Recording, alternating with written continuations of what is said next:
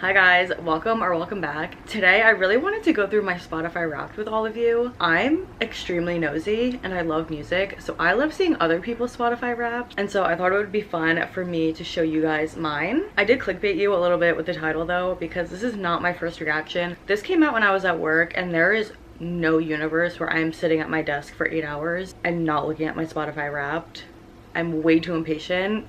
There was no way that was happening. So this is not my initial reaction, although it has been like 2 weeks since this came out. I'm filming this late, so I do kind of forget what was all on there, so I'm like half reacting to it. This was also an interesting year because I really didn't know what to expect. I feel like normally I have some idea of who my top artists are going to be or my top songs or something. This year I really had no idea. I feel like I was all over the place with my music, and also just kind of in like a flop era for my music. I think I'm just at the point where I'm sick of all my music and everything I listen to. So if you have any recommendations for me, some of your top artists or songs, albums, anything of the year, please comment them because I definitely need some new music to listen to. Okay, let's get into it. I kind of feel like I'm gonna expose myself with this one. I don't know.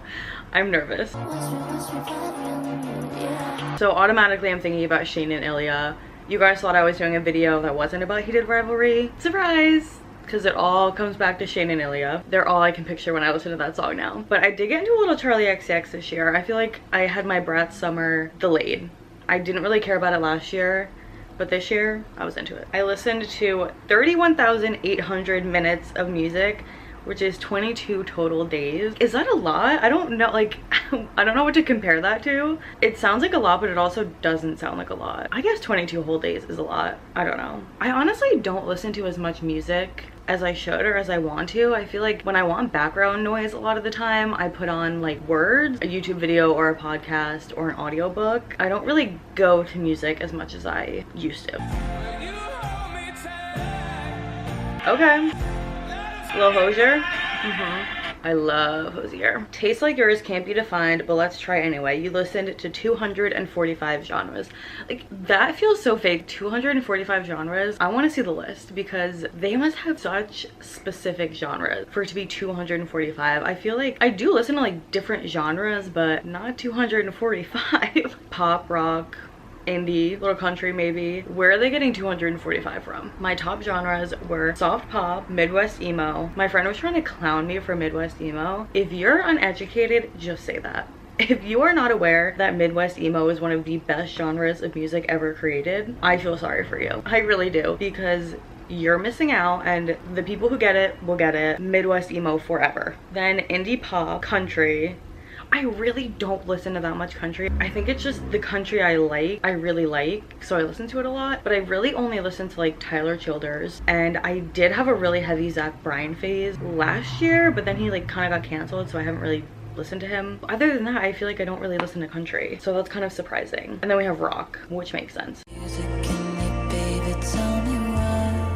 Age is just a number, so don't take this personally. Your listening age is 28. Since you were into music from the early 2010s, hits with a hint of nostalgia. I'm 28. So they got me bang on. You listened to 2,157 songs this year, but can you guess your number one? Again, 2,000 songs seems like so many, but I guess it's not.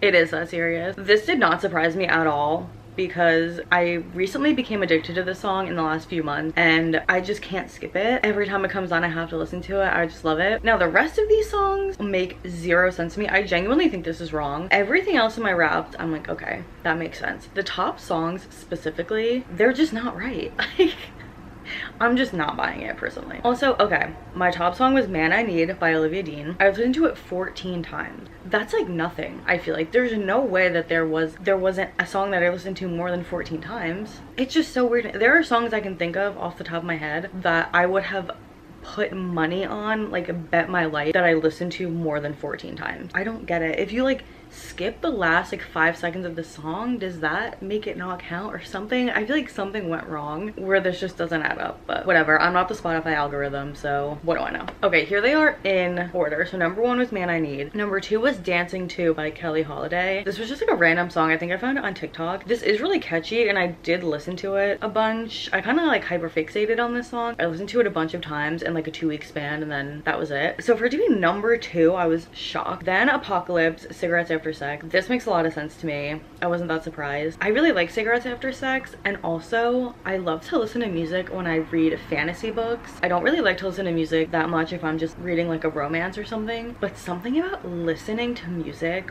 while you read a romantasy book, there's just nothing like it. It just makes it so much more atmospheric and I just love it. And I feel like Cigarettes After Sex is on every like romantasy playlist ever made, including the one I made, so that doesn't surprise me, and I do really like that song. But then Ribs by Lorde. I love Lorde. I was not surprised that a Lorde song made my top 5, but I was surprised that it was Ribs because I don't feel like I listened to Ribs that much. I would have told you that I listened to Love Club and Greenlight way more than I listened to Ribs, so that was kind of surprising. And then The Summoning by Sleep Token, I think this is on my workout playlist. I think that's how it snuck up in there, but like I couldn't even sing this song to you right now. I can't even think of how it goes, and it's number 5 on my top songs. Something's not right, guys. I'm telling you, something's whack.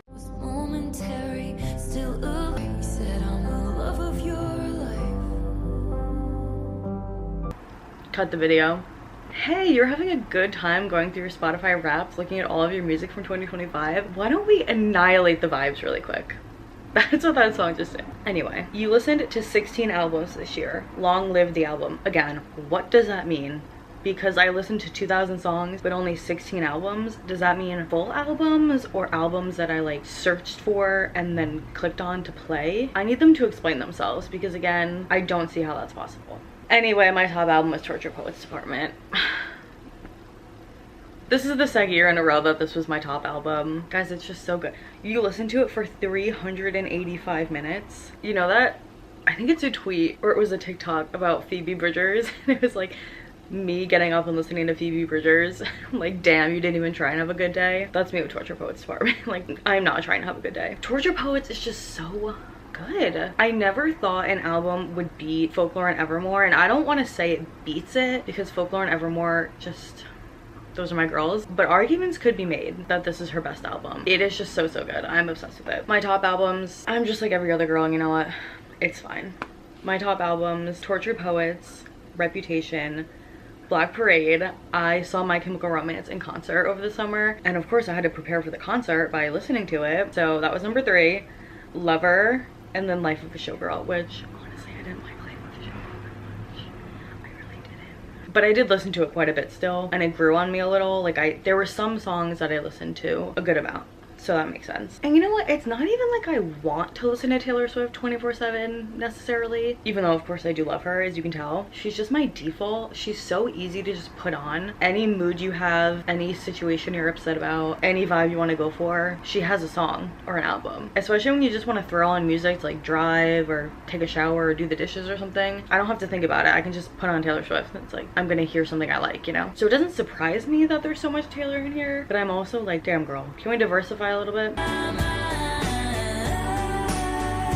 Another Torture Poets song. You streamed 5,471 minutes of podcast. Good chat. I'm a podcast girl. Like I said, I like putting on people talking in the background a lot, especially when I drive to work in the morning. For some reason, my brain just can't do music in the morning. I have to listen to a podcast. So every morning, and then most of the time on my way home from work too, I'll listen to a podcast instead of music. My top podcast was What We Said. I streamed 1,810 minutes, and I'm a top 16% fan. I do like this podcast a lot, clearly, but my favorite podcast is actually my second listen to, which is Tickets Please. And then the rest of these I really don't listen to that much, to be honest. I think I just always listen to What We Said and Tickets Please, so the rest just like made the top by default. Delusional Diaries I listen to sometimes. Gals on the Go I never listen to anymore, if I'm being honest. I used to listen to it a lot more, kind of fell off. So True with Caleb Heron. I think Caleb Heron is the funniest person in the world. He makes me cry laughing. I love him so much. I should listen to that podcast more. I think I just don't know a lot of the guests that he has on, and I think that's why I'm not clicking on them as much, even though it really doesn't matter because when I listen to a guest I don't know, he still is so funny. It doesn't matter. But my favorite podcast is Tickets Please. I will yap about them any chance I get.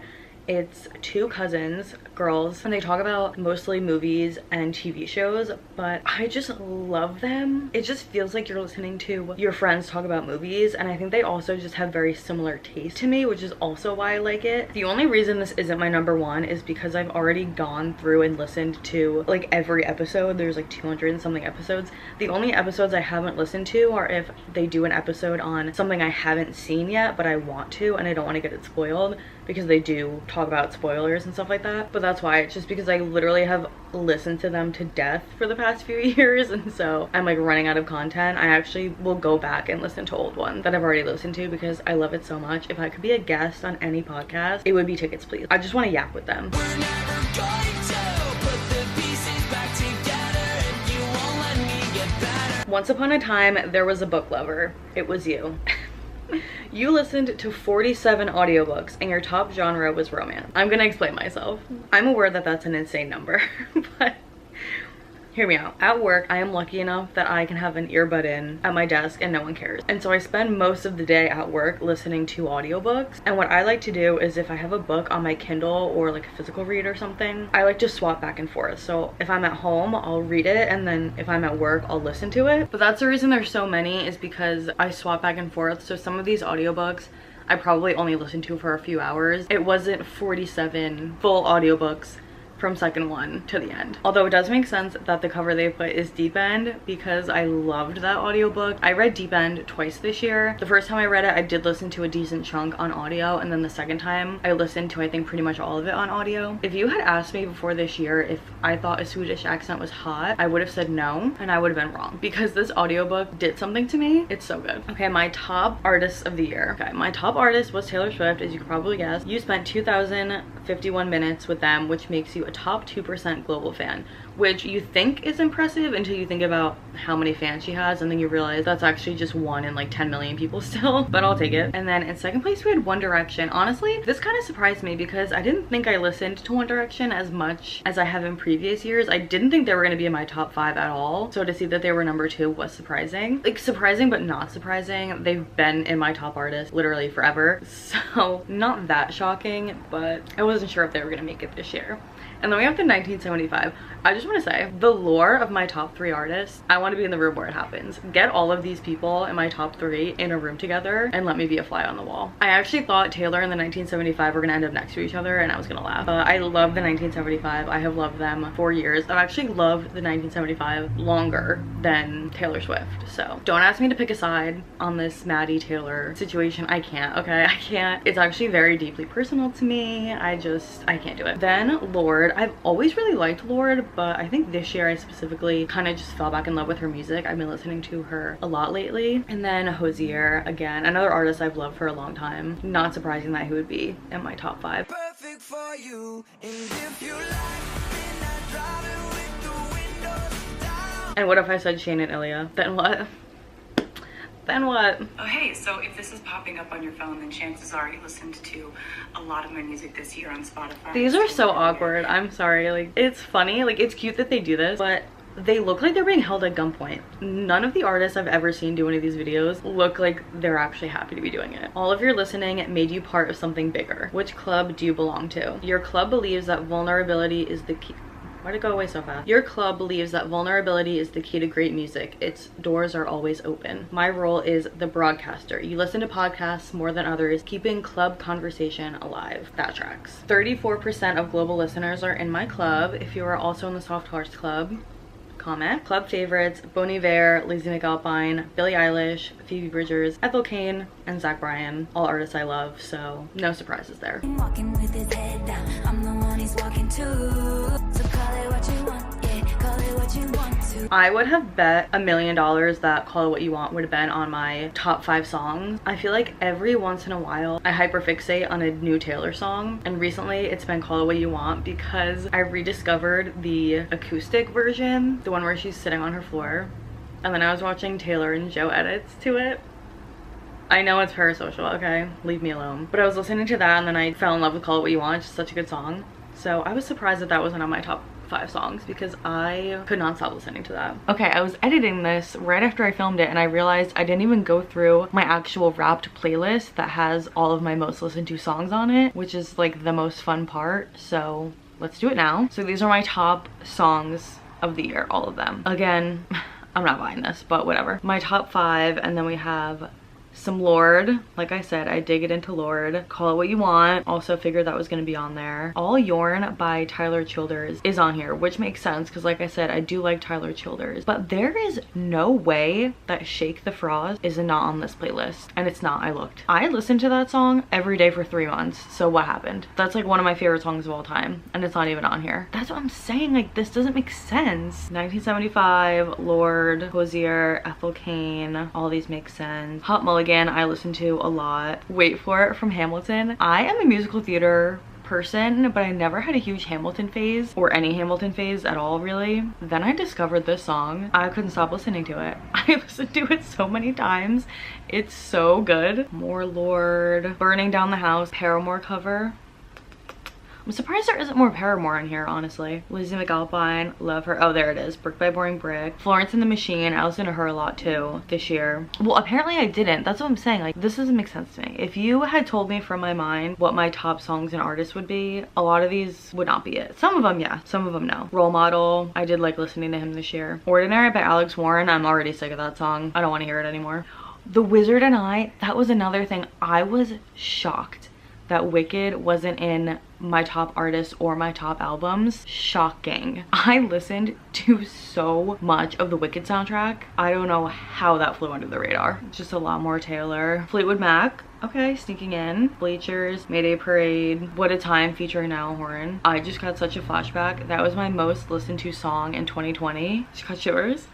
It's such a good song. It just is one of those songs that makes me time travel. Like, I can picture myself listening to it in 2020. Ooh. See, Harry Styles is in here. I feel like I just saw a bunch of Harry songs, but I guess not enough to make it into my top artist. If Harry Styles doesn't get in that damn studio, I'm gonna freak out. Come home. The kids miss you. Thinking of You by Katy Perry. You don't want to catch me in my feels listening to Thinking of You by Katy Perry. It's so good. I'll put like the recap thing that everyone posts on their story here if you guys want to see it all together. Again, comment some of your favorite artists, songs, anything from this year. I love hearing about other people's rap. Hopefully you got a kick out of seeing mine. If you want to follow me anywhere else, I'll have all my other social media linked down below. Thank you so much for watching and I'll see you next time.